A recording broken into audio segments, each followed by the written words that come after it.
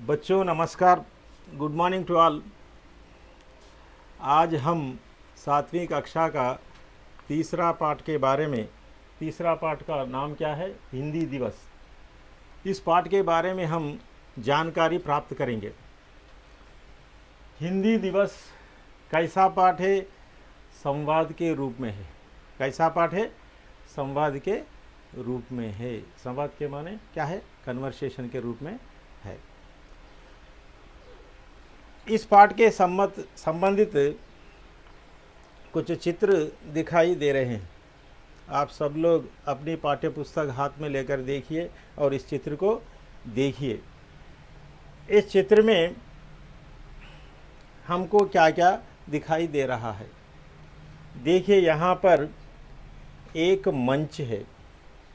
मंच के माने क्या है? एक स्टेज है, मंच। अंग्रेजी में क्या बोलते हैं उसे? स्टेज बोलते। ये मंच पर कोई एक आदमी खड़े होकर भाषण दे रहा है।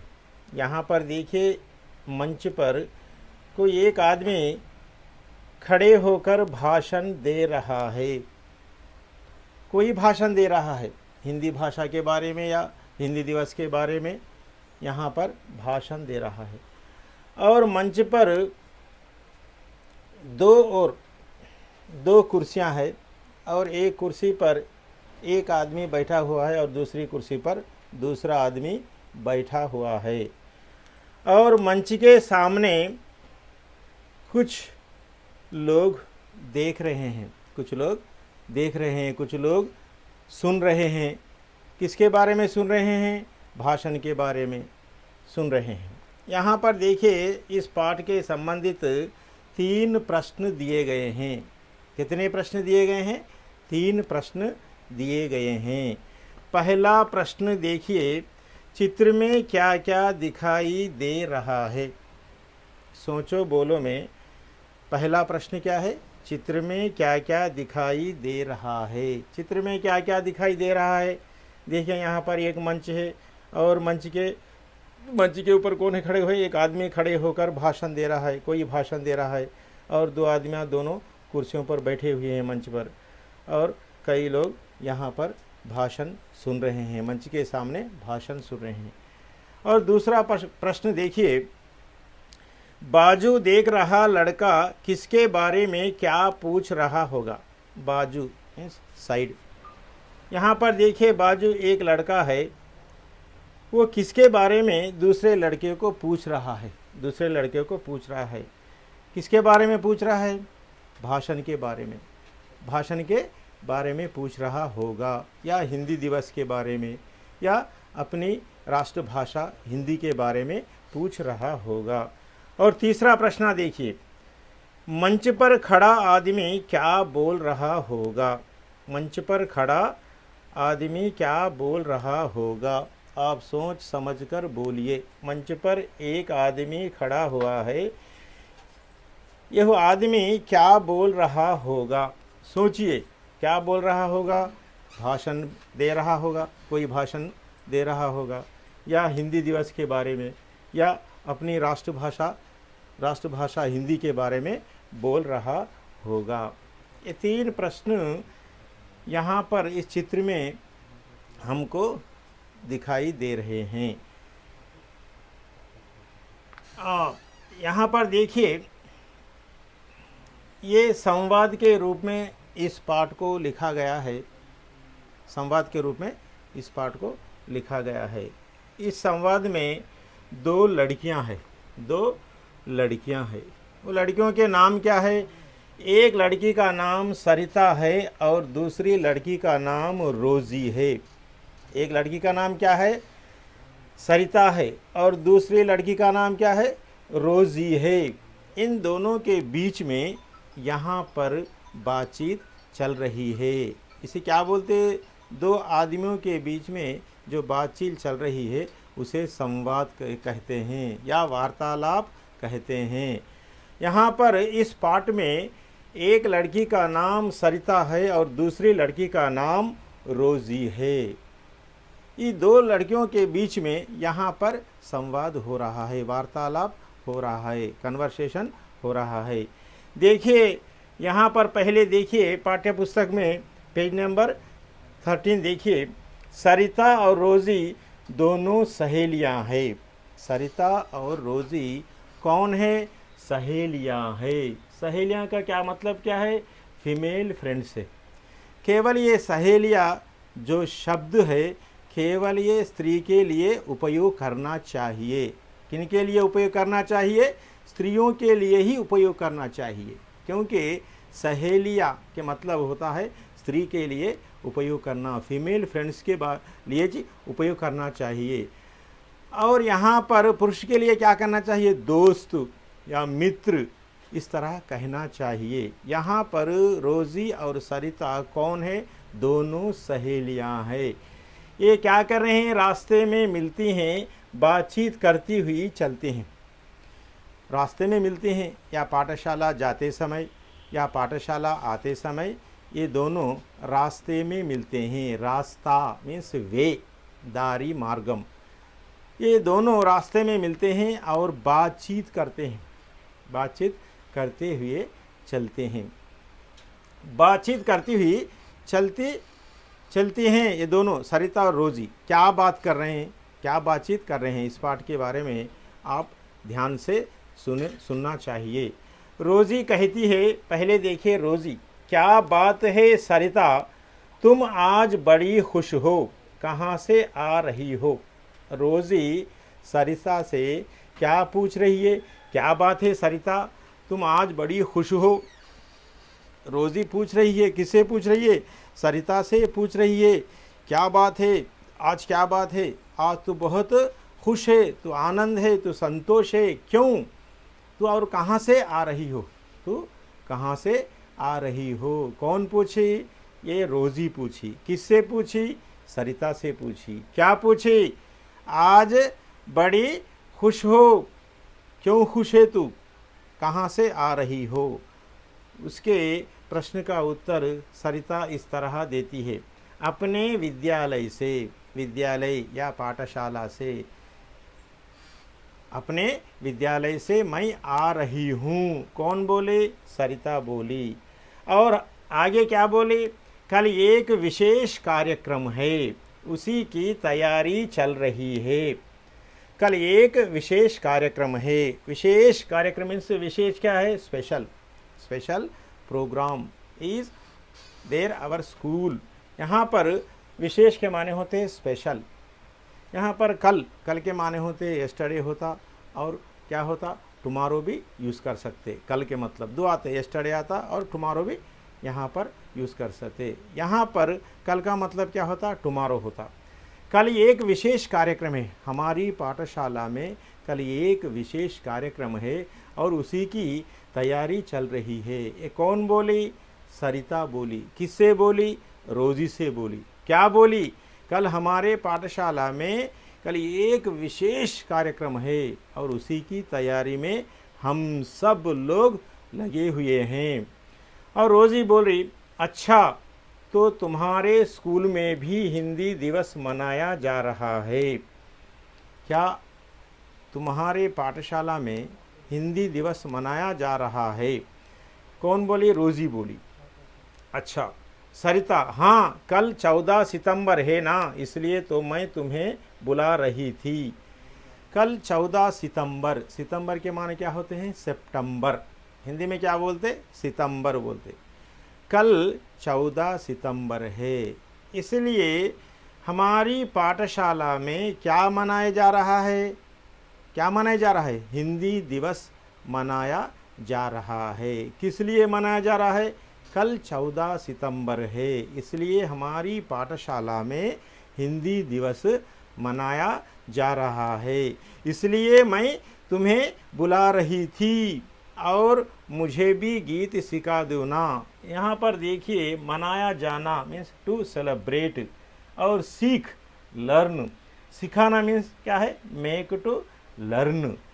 यहाँ पर एक गाना सिखाने के लिए, हिंदी दिवस के बारे में एक गाना सिखाने के लिए रोज़ी किनको बुला रही है? यहाँ पर सरिता अपनी सहेली रोज़ी को बुला रही है। किस लिए बुला रही है? 14 सितंबर है। 14 सितंबर होने के कारण कल हमारी पाठशाला में हिंदी दिवस मनाया जा रहा है, इसलिए ये सरिता रोज़ी को बुला रही है और बुलाकर क्या कह रही है? मुझे गाना सिखाना चाहिए, मुझे गाना सिखा दो। तो रोज़ी क्या बोली? ठीक है, मैं तुम्हें सुनाती हूँ, ध्यान से सुनो और सीख लो। यहाँ पर रोज़ी क्या बोली? ठीक है, अच्छा है, मैं तुम्हें एक गाना, अच्छा गाना सुनाती हूँ और ध्यान से सुनना और उसे सीख लेना। ध्यान से सुनना और क्या करना? उसे सीख लेना। वो कौन सा गाना है? हिंदी दिवस के बारे में यहाँ पर एक गाना सिखाना चाहती है। तो हिंदी दिवस के बारे में यहाँ पर 2 पंक्तियाँ दिए गए हैं। वो कौन से पंक्ति है? देखिए आप सब लोग। हिंदी सीखो, हिंदी बोलो, हिंदी को अपनाओ, आओ सब मिलकर गाओ, हिंदी दिवस मनाओ। यहाँ पर रोज़ी अपनी सहेली सरिता को कौन सा गाना सुना रही है और सिखा रही है? यहाँ पर हिंदी दिवस के बारे में रोज़ी अपनी सहेली सरिता को सिखा रही है। कौन सा गाना? हिंदी सीखो, हिंदी बोलो, हिंदी को अपनाओ। हिंदी के बारे में बोल रही, हिंदी सीखो, हिंदी क्या करना? सीखना चाहिए। और हिंदी बोलो, हिंदी बोलना और हिंदी को अपनाना, हिंदी को अपनाना। कैसा? आओ सब मिलकर गाओ, अकेला नहीं, और सब मिलकर गाना चाहिए और हिंदी को सीखना चाहिए, हिंदी को बोलना चाहिए और हिंदी को अपनाना चाहिए और हिंदी दिवस मनाना चाहिए। इस तरह 2 पंक्तियों के बारे में यहाँ पर रोज़ी अपनी सहेली सरिता को यहाँ पर गाना सुनाती है और सिखाती है। सरिता, हिंदी दिवस 14 सितंबर को ही क्यों मनाते हैं? यहाँ पर देखिए सरिता कौन सा प्रश्न पूछ रही है। हिंदी दिवस 14 सितंबर को ही क्यों मनाते हैं और दूसरे महीने में क्यों नहीं मनाते? 14 सितंबर को ही क्यों मनाना चाहिए? इस तरह सरिता पूछ रही है और रोज़ी उसका उत्तर क्या दे रही है? हमारे अध्यापक ने बताया था कि 14 सितंबर 1949 को संविधान में हिंदी राजभाषा के रूप में अपनाई गई है। यहाँ पर आप लोग अंडरलाइन करना चाहिए, रेखांकित करना चाहिए। 14 सितंबर को ही हिंदी दिवस क्यों मनाते हैं? 14 सितंबर को ही क्यों मनाया जाता है? यहाँ पर 14 सितंबर को इसलिए हिंदी दिवस मनाया जाता है क्योंकि 1949 को संविधान के माने थे कॉन्स्टिट्यूशन बोलते, यहाँ राज्यांग हम बोलते। यहाँ पर हिंदी राजभाषा के रूप में यहाँ पर अपनाई गई। हिंदी किसके रूप में? राजभाषा के रूप में। राजभाषा एडमिनिस्ट्रेटिव लैंग्वेज यहाँ पर राजभाषा के रूप में अपनाई गई है। कहाँ पर? संविधान में लिखा हुआ है। क्या लिखा है? 14 सितंबर को संविधान में यहाँ पर हिंदी राजभाषा के रूप में अपनाई गई। इसलिए हम तमाम लोग हमारे भारत देश में हम 14 सितंबर को ही हिंदी दिवस मनाते हैं। किस लिए मनाते हैं? कि 1949 को संविधान में अपनी हिंदी राजभाषा के रूप में अपनाई गई। इसलिए हम भारत देश के लोग 14 सितंबर को ही हिंदी दिवस मनाते हैं और भारत देश में 14 सितंबर को हिंदी दिवस मनाते हैं। लेकिन विश्व में, सारे दुनिया में, सारे प्रपंच में, विश्व में कब मनाया जाता है? विश्व हिंदी दिवस कब मनाया जाता है? 10 जनवरी को मनाया जाता है। 10 जनवरी को मनाया जाता है। वो केवल विश्व हिंदी दिवस मनाया जाता है। लेकिन 14 सितंबर को यहाँ पर हमारे भारत देश के लोग 14 सितंबर को यहाँ पर हिंदी दिवस मनाते हैं और हम तमाम लोग, हम सब लोग अपनी अपनी पाठशाला में हिंदी दिवस मनाते हैं। कब मनाते हैं? 14 सितंबर को मनाते हैं। 14 सितंबर को क्यों मनाते हैं? हमारे संविधान में लिखा है, 1949 में हमारे संविधान में हिंदी राजभाषा के रूप में अपनाई गई, इसलिए हम भारत देश के लोग हिंदी दिवस 14 सितंबर को मनाते हैं। और देखिए, इस तरह रोज़ी अपनी सहेली सरिता को समझाती है और सरिता कहती है समझ गई, इसलिए हर साल दिन हिंदी दिवस मनाया जाता है। साल, साल के माने क्या होते हैं? वर्ष, वर्ष या साल के माने ईयर, साल के माने क्या होते हैं? ईयर। हर एवरी ईयर बोल सर का, हर साल बोल तो एवरी ईयर। यहाँ पर एवरी ईयर क्या होता है? हर साल हम 14 सितंबर को ही हिंदी दिवस मनाया जा रहा है। लेकिन हिंदी को ही देश की राजभाषा क्यों चुना गया? यहाँ पर देखिए, हिंदी को ही, और अनेक भाषाएं हैं, अनेक धर्म के लोग रहते हैं और अनेक धर्म के लोग हमारे भारत देश में रहते हैं, अनेक भाषाएं बोली जाते हैं, लेकिन हमारे भारत देश में हिंदी को ही राजभाषा के रूप में क्यों चुना गया? चुनना मीन्स इलेक्ट। रोज़ी कहती है क्योंकि हिंदी बोलने वाले हमारे देश में सबसे अधिक है। किस लिए चुना गया? हिंदी भाषा को राजभाषा या राष्ट्रभाषा के रूप में क्यों चुना गया? क्योंकि हमारे भारत देश में सबसे ज़्यादा, सबसे अधिक हिंदी भाषा बोलने वाले की संख्या अधिक है, ज़्यादा है। हमारे भारत देश में हिंदी भाषा ज़्यादा लोग यहाँ पर बोल रहे हैं, इसलिए हमारे देश में हमारी हिंदी को हमारी राष्ट्रभाषा कहलाया गया, राजभाषा के रूप में मनाया गया, चुना गया, क्योंकि भारत देश के लोग बहुत ज़्यादा हिंदी को बोलते हैं और हिंदी को बोलते हैं, इसलिए हिंदी बोलने वालों की संख्या अधिक रहने से हमारे देश में हिंदी राष्ट्रभाषा के रूप में या राजभाषा के रूप में चुनाया गया है। लेकिन तुम भी तो बताओ, तुम भाषण में क्या, भाषण का मतलब क्या है? स्पीच। भाषण क्या बोलते हैं अंग्रेजी में? स्पीच। यहाँ पर रोज़ी यहाँ पर भाषण दे रही है, तो यहाँ पर भाषण देने समय तुम भाषण में क्या कहोगी? इस तरह रोज़ी अपनी सहेली को, सरिता को कह रही है, तुम हिंदी दिवस के दिन भाषण में क्या कहोगी? इस तरह बोल रही है। तो सरिता उत्तर दे रही है, तो सुनो, अभिनय करती हुई बताती है। यहाँ पर अभिनय के माने होते हैं टू एक्ट, मीन्स यहाँ पे नटिंचडम, तो एक्शन करते हुए अभिनय के माने एक्टिंग करना। यहाँ पर एक्टिंग करते हुए ऐसा क्या, कैसा बोल रही है, कैसा भाषण दे रही है? सरिता अपने भाषण में क्या क्या कह रही है? प्रधान अध्यापक जी एवं गुरुजनों, भाइयों और बहनों, इस तरह अपने भाषण में बोल रही है। कौन बोल रही है? सरिता बोल रही है। कैसा बोल रही है? अभिनय करते हुए, यहाँ पर एक्टिंग करते हुए क्या बोल रही है? प्रधान अध्यापक जी एवं गुरुजनों और भाइयों और बहनों कहते हुए आप सबको हिंदी दिवस की हार्दिक बधाई। यहाँ पर हार्दिक मतलब क्या होता है? हार्टफुल।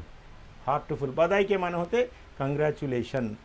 सबको, प्रधानाध्यापक जी को बोली और गुरुजनों को बोली, भाइयों को बोली और बहनों को, सब लोगों को यहाँ पर सरिता अपने भाषण में क्या कह रही है?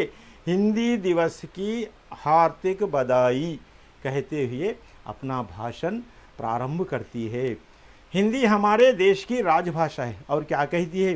हिंदी हमारी देश की राष्ट्रभाषा है और हिंदी हमारी देश की राजभाषा है, इसलिए इसे सीखना हमारे लिए बहुत ज़रूरी है। ज़रूरी के माने में क्या होता है? नेसेसिटी। यहाँ पर हम सीखना चाहिए। कौन सी भाषा को सीखना चाहिए? हिंदी भाषा को सीखना चाहिए। क्यों सीखना चाहिए? हिंदी हमारी राष्ट्रभाषा है, देश भाषा है, राजभाषा है। इसलिए हम भारत देश में जितने लोग भारतीय हैं, सब लोग हिंदी को सीखना चाहिए। हिंदी सीखना हमारे लिए बहुत ज़रूरी है, बहुत एसेंशियल है। इसलिए हिंदी सीखने के लिए आप सब लोग यहाँ पर क्या करना चाहिए? हिंदी पुस्तक पढ़ना चाहिए और हिंदी जो चैनल्स रहते ना टीवी में, वो चैनल्स को देखना चाहिए। वो देखने से क्या होता, हमको हिंदी आसान से सीख सकते हैं और हिंदी बोल सकते हैं। इसलिए हिंदी सीखने के लिए और बोलने के लिए हम सब लोग प्रयास करना चाहिए, क्योंकि हिंदी हमारी देश भाषा होने के कारण।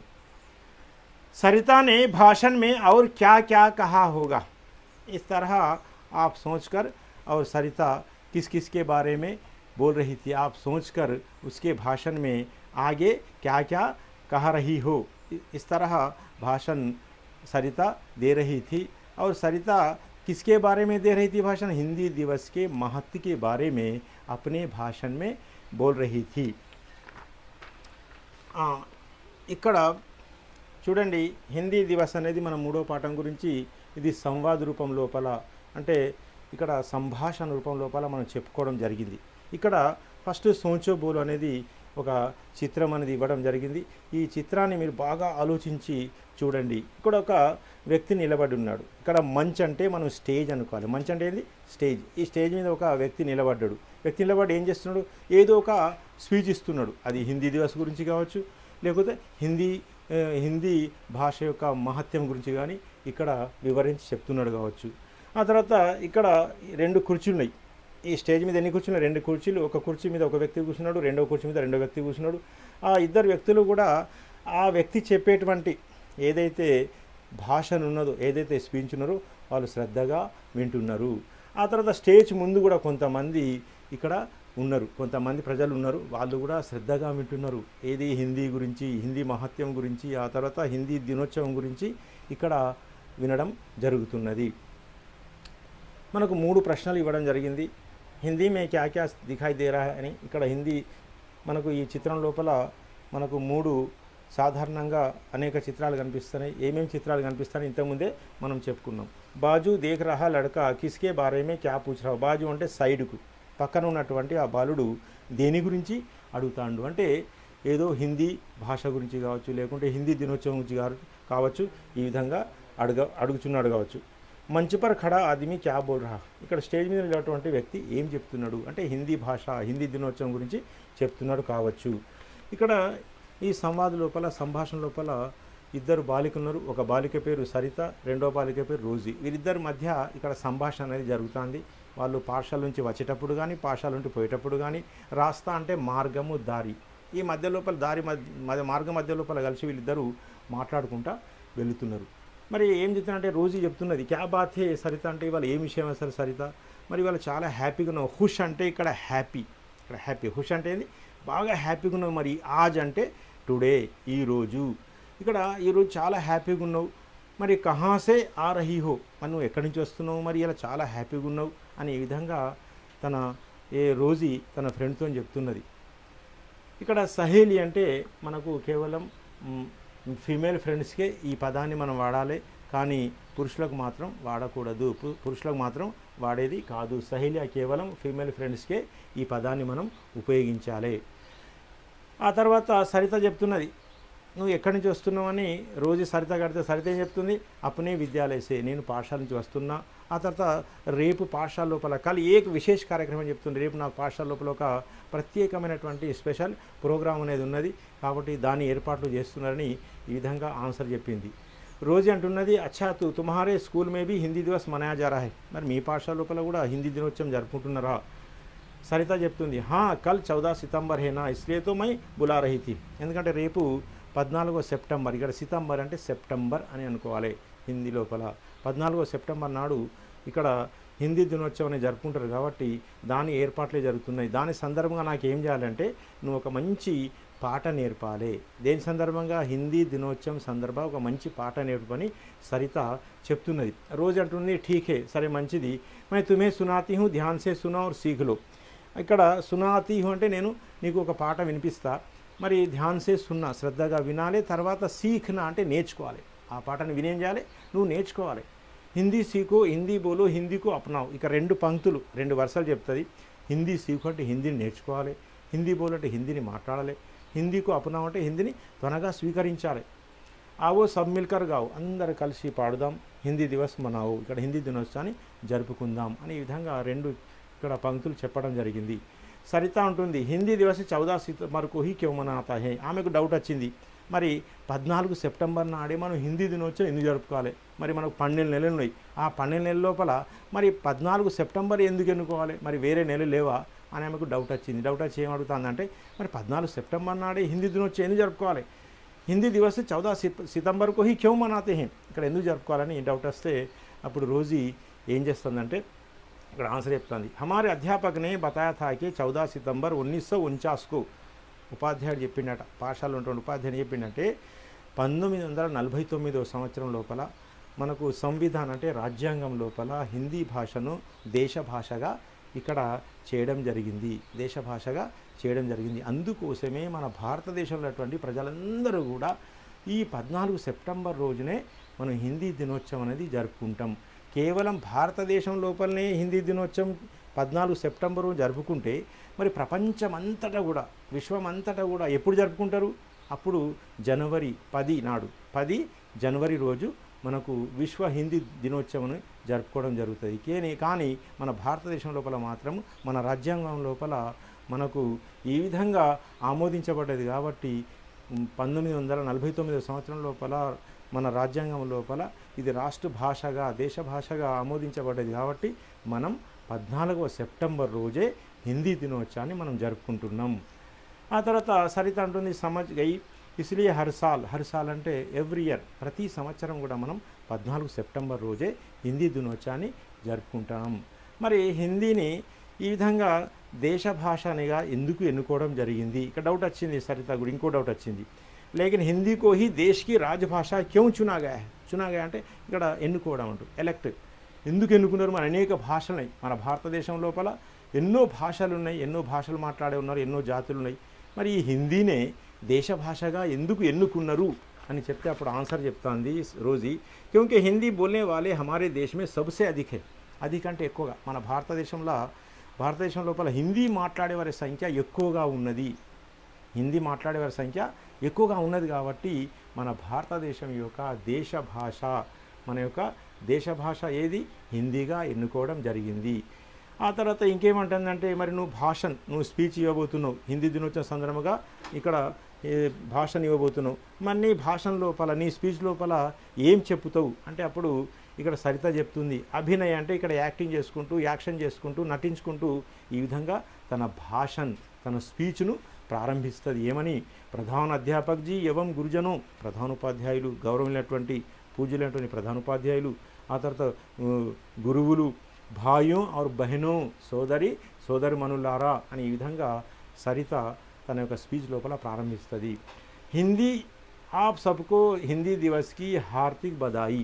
ఇక్కడ మీ అందరికీ కూడా ఏమంటుందంటే ఆప్ సబ్కో మీ అందరికీ కూడా హిందీ దినోత్సవ ఇక్కడ హార్దిక్ బధాయి అంటే హృదయపూర్వక అభినందనలని ఈ విధంగా చెప్పుకుంటూ ఈ స్పీచ్ను స్టార్ట్ చేస్తుంది.